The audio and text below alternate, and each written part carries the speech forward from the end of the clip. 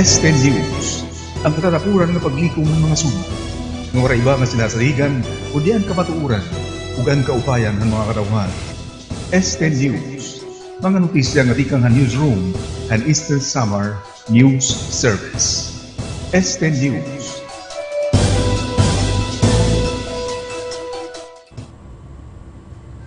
Iniyan mga notisya nga nahikayhan Este News, Lunes, Setyembre 23. Mga laray uluhan ito naton mga sumat, upat nga priority bills pagmamala aprobahan iton Kamara ngan Senado. Samtang iton pondo para iton SK ngan barangay elections posible nga i-realign ngadtuhin iba nga mga ahensya. Ngan mga opisina ngan klase hapira nga mga ahensya ngan mga eskwelahan temprano nga nagtapos nga adlaw pagmarka hiton Family Week. Ginsuspender ang opisina sa man klase hapipira nga mga buhatan ngan eskwelahan han gobyerno kumo pagmarkahan siyahan nga adlaw hiton National Family Week. Report ni Francis Tiusongco. Ginsuspindi ni Governor Ben P. Bardone pinaagi kan Provincial Administrator Nelson Cortez ang mga klase ng trabaho yan ang adlaw para han pakikiusahan ni ka-27 nga National Family Week kag ginanunsyo iton Civil Service Commission. Ginsuspindihan mga klase ng trabaho tikang itong alas 2 itong klop ngan iniin mandato han Commission on Civil Service mga tanan nga estudyante ngan kaganakin magkauli dayon para magkamayada oras han kada usa itong pamilya. Kasumpay naman hinian pagsuspindihan klase ng trabaho ang mga medical ngan rescue services inpadayon la ang ira regular nga pagserbisyo. Hintaga naman nga selebrasyon hinduon han aton pamahalaan para mapaupay itong estado ngan pagkaurusa han kada tagsa-tagsa nga pamilya diniton nasud. Tikang dinya syudad han Borongan ini Francis Tiusongco, Eastern Summer News Service. Ginmarkahan naman han Couples for Christ dinhi Diocese of Borongan ang ira ika-25 katuig nga anibersaryo. Report ni Alren Beronio. Hapag silibrar dito ni ka-25 katuig iton Couples for Christ Eastern Summer. Pinasalamatan ng Obispohan Diocese San Borongan ni Bishop Crispin Varquez pinagin pag-pray overhan mga pioneering couples didahan iya humiliya. Iya igin doon ipadayon iton pagserbe iton ministry kumuusa nga katilimban. I am so happy seeing them very active in different kinds of ministries in the church. That all members of Couples for Christ are very active. Salamat po sa inyong lahat. And most of all is to strengthen all our Christian families in our diocese. Ay nasabi nga buruhaton intinambungan ng mga sobrang mil ng mga miyembro ang bugos ng probinsya ton Eastern Summer tikang hipapad nga Humonhon Island nga iniging buhat dito ha isok kanoktanhol ha naglabay nga Setyembre 21, 2019. Ang Couples for Christ inusa nga nagsiserbi ha prison ministry, youth scholars nga formation, Christian life program nga damo pa nga iba.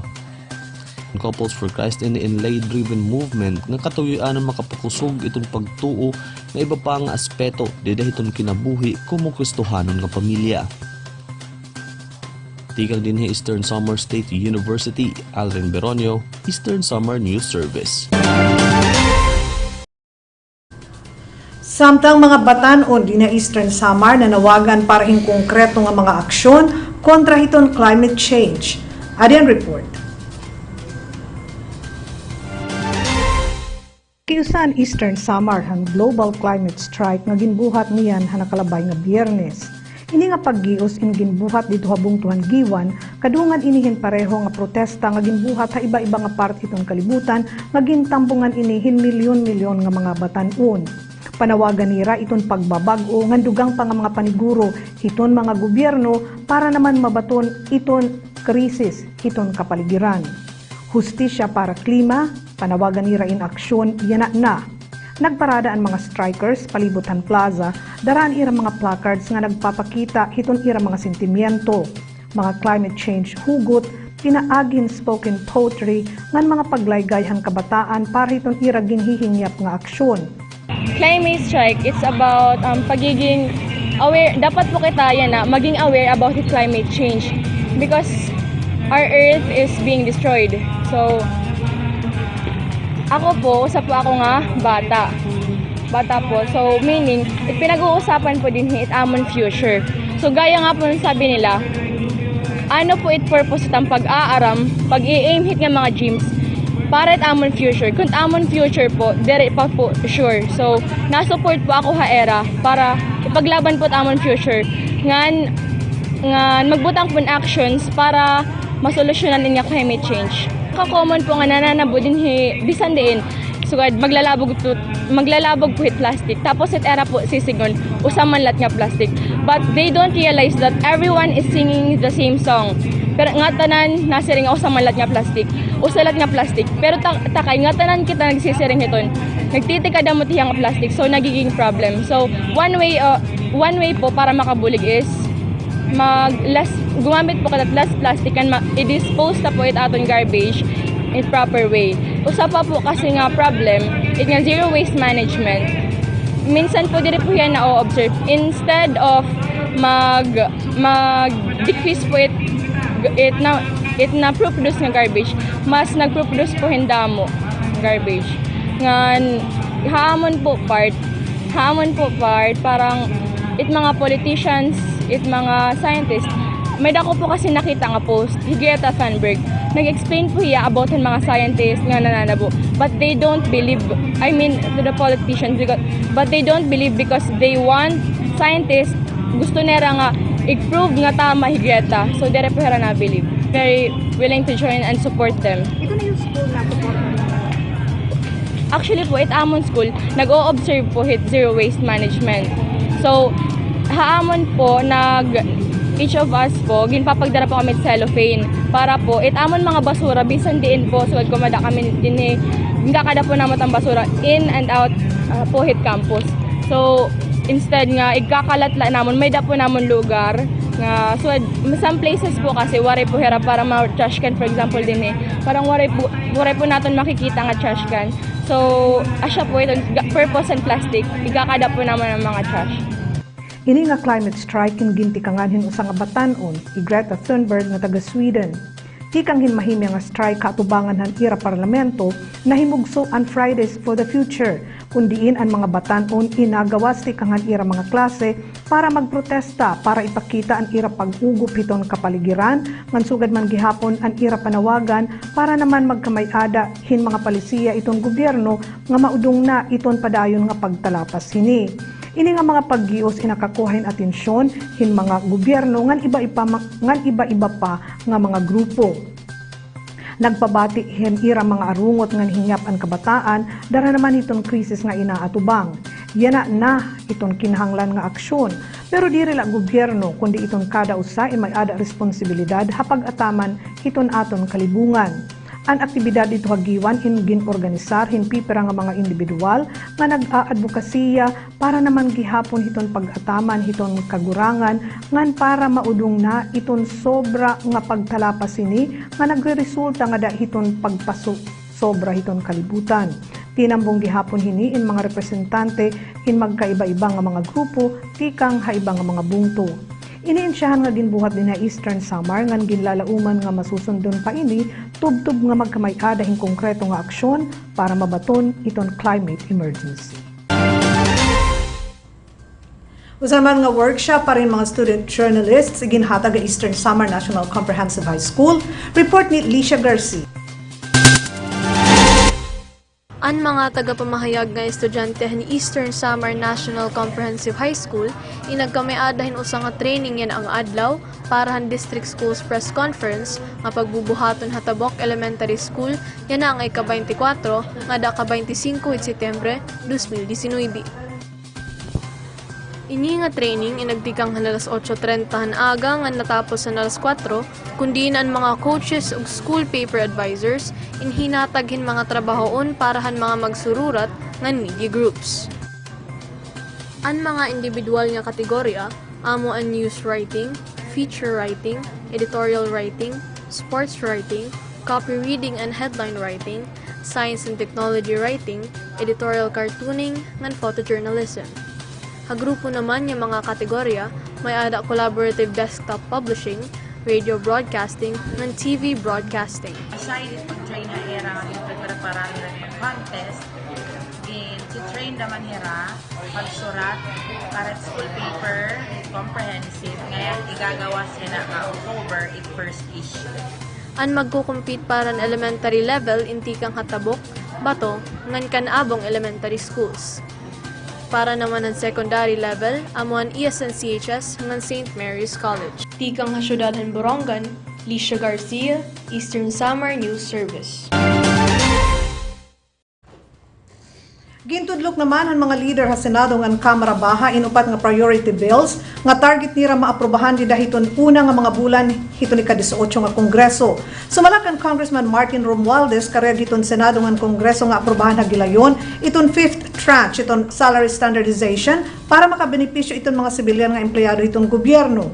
Paghimo hiton Department of Overseas Filipino Workers, pagugsod hiton SK nga barangay elections nga nakaschedule hiton Mayo sunod nga tuig ngan libre nga legal assistance para hiton mga miyembro siton Armed Forces of the Philippines. Ini nga mga balaod nun inupodhan mga nahingadayan han presidente didan ni State of the Nation address niyan han Hulyo. Ini nga priority bills in ginkaurusahan ng Legislative Executive Coordinating Council nga ginkukomponer hiton mga leader han Senado nga Kongreso. Kaupo dira Senate President Tito Soto, Speaker Alan Peter Cayetano, ngan mga opisyal hiton kabinete sugad kan Finance Secretary Carlos Domingos, Labor Secretary Bebot Bello, ngan Acting Budget Secretary Wendell Avisado.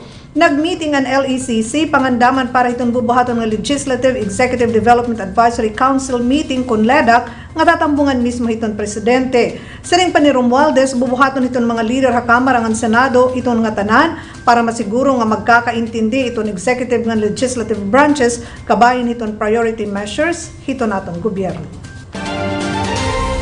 Magkikinahanglan itong Department of Health hinduga nga pondo para manhimo hinduga nga mga toilets habot nga inihan pagdeklararhin polio outbreak o epidemic dinhi Pilipinas. Inihan panawagan han grupo nga Eco-Waste Coalition kataliwan han kumpirmasyon han DOH han ikaduha nga kaso hin polio. Sumala ang grupo nga didahiton 159.2 billion pesos nga budget itong departamento para sunod nga tuig, 2 milyon lan igin alutaga para naman hin mga programa nga masulbar iton problema hiton open defecation pinaaghin panhimuhin toilets. Para maudong ini kinahanglan mag-alutaga hinduga nga pondo iton Kongreso para panhimuhin toilets sugad man paghatagin hygiene ngan sanitation education. Ang DOH nagdeklararhin polio outbreak kataliwan makumpirmain duha nga mga kaso usa nga 3 anyos ang edad nga bata Halanaw del Sur ngan 5 anyos ang edad nga taga Laguna. Iton polio in matapon nga sakit, iton kausa hiniamo iton polio virus nga nakakaapekto ang nasulod iton nervous system. Nadadaraon natapon ini pinaaghin mga kabaya hiton tawo nga may da polio. Kinahanglan pakusgon iton zero open defecation program yana nga may anak na liwat polio. Tika man tuig 2000 igin deklarar nga polio free ang Pilipinas. Darahini naglunsad ang DOH in polio vaccination campaign kundi in target ini iton National Capital Region, Davao, Lanao del Sur, Central Luzon, ngan Calabarzon.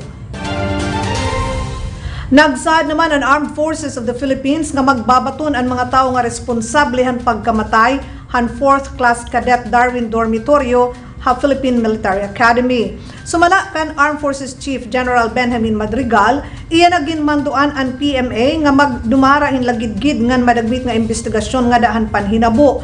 Pasasakaan hin keha iton may da kalabutan. Hidormitoryo nga taga Cagayan de Oro inahikitaan nga waray malay sa Kuban Room 209 han Mayo Hall Annex dito ha PMA mga alas 3:55 Biyernes han kaagahon hagilayon nga gindara nga duhan PMA Station Hospital pero namatay pasado alas 5 han aga. Sumalahan PNP namatay ang kadete darahin injuries nga nakuha possibility kang hazing. Inamin gihapon ng PMA nga namatay ang plebo darahin blunt force trauma. Initial findings sa mga otoridad, cardiac arrest secondary to internal hemorrhage ang kausa niya pagkamatay. Duha nga mga gintatahapan nga may ada direkta nga kalabutan han pagkamatay ni Dormitorio in confined to barracks na samtang usa pa detenido dito iton kanang Academy Holding Center. May ada pa duha nga mga kadete nga ginkukonsiderar nga persons of interest ngan siyam iton posible nga testigos. Iton mapapamatud-an nga responsable inigkikiyahin pagsupak iton anti-hazing law. Hidormitorio en miyembro han PMA Class of 2023 nga na-incorporate lang nga dahan cadet corps niyan han Hulyo. Ito niya tatay in graduate gihapon tikang hiton academy. Haro siguro sigurado na nga mauugsod iton sanggunian kabataan ngan barangay elections nga nakaschedule kun tahiton Mayo sunod nga tuig. Sumalakan Speaker Alan Peter Cayetano nagpaplano na hira nga i-realign ang pondo nga una igin alataga parahan eleksyon para gamiton hin iba-iba nga ahensya iton gobyerno. Yan la nagsiring hi Cayetano nga iton 5 bilyon nga budget parahan eleksyon inigahatag nga to Department of Agriculture para ipalit hinduga nga humay ikam hiton mga parauma nga daghihapon hiton DepEd para hinduga nga ekipahis ngan training para hiton mga magturutdo haylarom hiton K-12 program. Full electrification hiton nasod nga hiton katapos hiton termino ni President Duterte sugad man para pangandaman hiton 2020 para ASEAN Games ngan 2020 Olympics. Gintatagan prioridad yan na hiton Senado ngan Kamara iton pag-aprobar hiton balaod nun para ma-postpone iton 2020 SK ngan barangay elections ngadto hiton tuig 2023. Nagpagawas naman hin cease and desist order ang Securities and Exchange Commission kontra hin 11 nga illegal mobile lending applications darahin damo nga mga reklamo hin pag-aabuso. Upodan mga ginpalusaran han mando amo an mga kumpanya nga Cash Whale, Cash 100, Cash Fin, Cash Flyer, Cash Maya, Cash Hope, Cash Warm, Cash Wow, Credit Peso, ET Easy Loan ngan Peso to Go. Ginmanduan ng SEC ang mga tag-iya, mga ahente, ngan mga representante hini nga mga kompanya ngay gudong na iton ira operasyon. Labot hini kinahanglan nira igudong iton advertisement hiton na ira mga kompanya pinaagi ha internet. Magpapadayon ito naton mga sumat kataliwan hin mga pahinundo.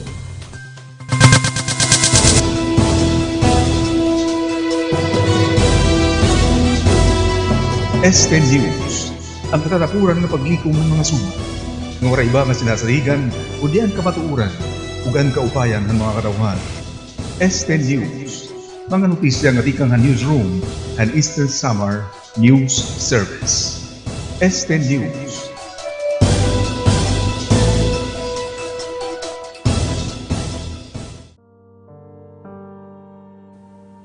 May ada mga kabataan, mga batanon, nga tinatabangan na iton kinabuhi.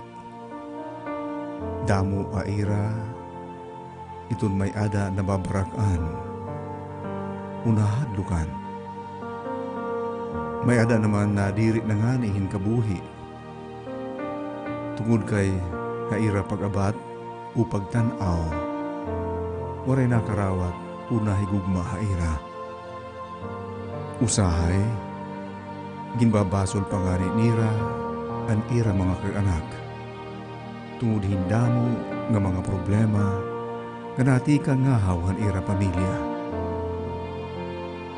Kapag katinuod, maupay itong kinabuhi. Waray mas mamaupay pa, kayhan kinabuhi. Kay kung mahiintindihan la, bisan pangani ang mga problema, mga kabarakan, mga ayat o mga challenges. Nakakabulig ini, base pakusgon, ang kasing-kasing, ang kadatagsa, o ang kinabuhi. Ang batanon nga nadiri o nga diri na agihin kakurian, natitigurang nga maluya, malubay, oray kusog, o diri nagiging malipayon. Sanglit ayaw igraot hinbuot, kung usahay, naagi, hindamo nga mga pagsubok han imo kinabuhi. Lugod, pagpasalamat, nga buhi ka.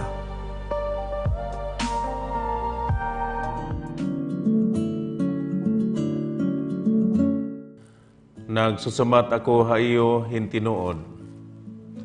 Ang usa ka lugas nga trigo nagpapabilin hinusa nga lugas nga trigo.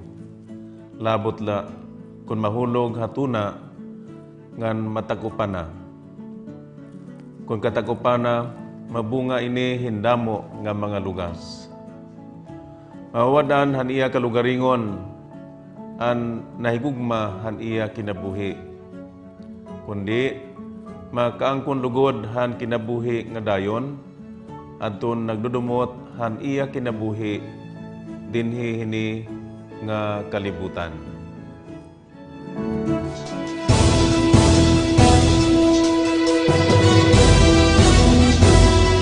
Este News, ang katatapuran ng paglikom ng mga suno. Ng iba nga sinasaligan, o diyan kamatuuran, ug ang kaupayan ng mga kadauhan. Este News, mga notisya nga tikang newsroom and Eastern Summer News Service. Este News.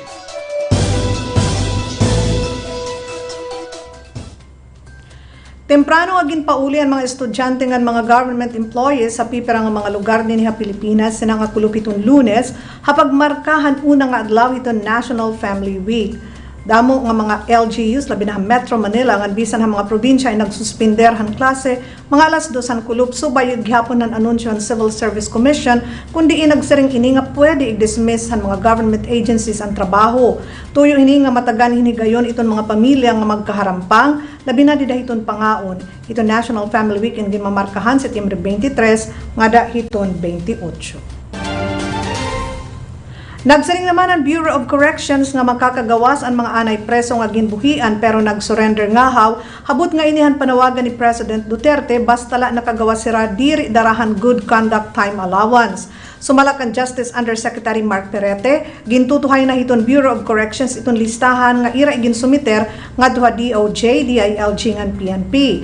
Basehan listahan may ada 200 nga persons deprived of liberty ang nabuhian katiliwan igdeklararhan Korte Suprema nga ang implementasyon ng extended GCTA in retroactive. May ada naman 445 nga convicts nga magpakangingirhat nga krimen ang ginpagawas ti kang presuhan ti kang tuig 2014. Sumalakan Perete ginbiberipikar nira ini nga listahan nga ginkukumparar han listahan dito sa Senado. Ngan para iton aton mga notisya ti kang halangyaw milyon-milyon katawo dinhi ha Asya. Inaatubang iton pinakadako nga problema dara naman hiton mga epekto hiton climate change. Usay ni amo iton magiging epekto hiton madagmit nga pagtunaw hiton mga glaciers dito hiton Kush Himalayan region nga amo iton gintitikangan hinapulo nga mga dagko nga salog dinhi ha Asya. Ini nga mga glaciers ay nagpo-produce usa hiton kanang kalibutan pinakadako nga renewable supply hiton tubig. Iton Himalayas iton may ada pinakadako nga reserbahin presko nga tubig gawas iton North ngan South Pole. Maabot hin 1.65 bilyon katawo iton na depende hiton iya mga salog para hiton ira panginginhanglan hin tubig. Iton kadelikaduhan hini amo iton madagmit nga pagtunaw hiton yelo ngan mentras nga nati kaguti iton glaciers naguti gihapon iton supply hiton tubig. Iton kakulangan hiton tubig imposible nga maging kausahin problema habut nga hiton mga naso didahiton ti arabot nga mga tuig. Hapira nga mga lugar iton sobra kadamo nga tao in kausa na hiton pagkukulang hini. Iniamo iton rason kon kay ano nga iginduduso iton mga pitad para malimitaran iton paghataas iton temperatura hiton kalibutan. Tulo nga Indonesian nga kababayan indetenido yana dito sa Singapore ha ilarom hiton Internal Security Act. Habot nga hiton investigasyon nga dahiton ira mga terrorism activities. Ang tulo nga kababayan ingin palusaran hin orders of detention yana ala nga bulan. Nagtatrabaho ini como mga domestic workers dito sa Singapore hinharos 13 katuig na antes sira maaresto. Nagkakirilala daw ini nga tulo dito na mismo sa Singapore. Anduha irain karueg nga ni kumadtuha Syria para bumulig iton Islamic State ngan maging suicide bombers. Na-radicalize daw ini nga tulo pinaaghin mga tao nga ira nakilala online. Ngani ginkukumbinser hirahan ira mga contacts nga mag-migrate na nga niha Pilipinas o di man ngani nga duha Afghanistan nga duha Africa. Sumalapahan mga reports ang tulo in regular nga naghahatag hin ira kontribusyon nga salapi nga duhan mga terrorist groups. Ini ang kabugusan han mga notisya nga nahikay han Este News. Amo inihiiden mao pay nga oras. Salamat ha iyo nga tanan.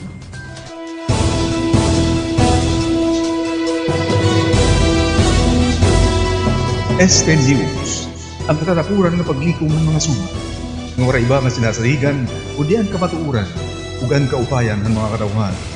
Este News, mga notisya nga tikang newsroom and Eastern Summer News Service. Este News.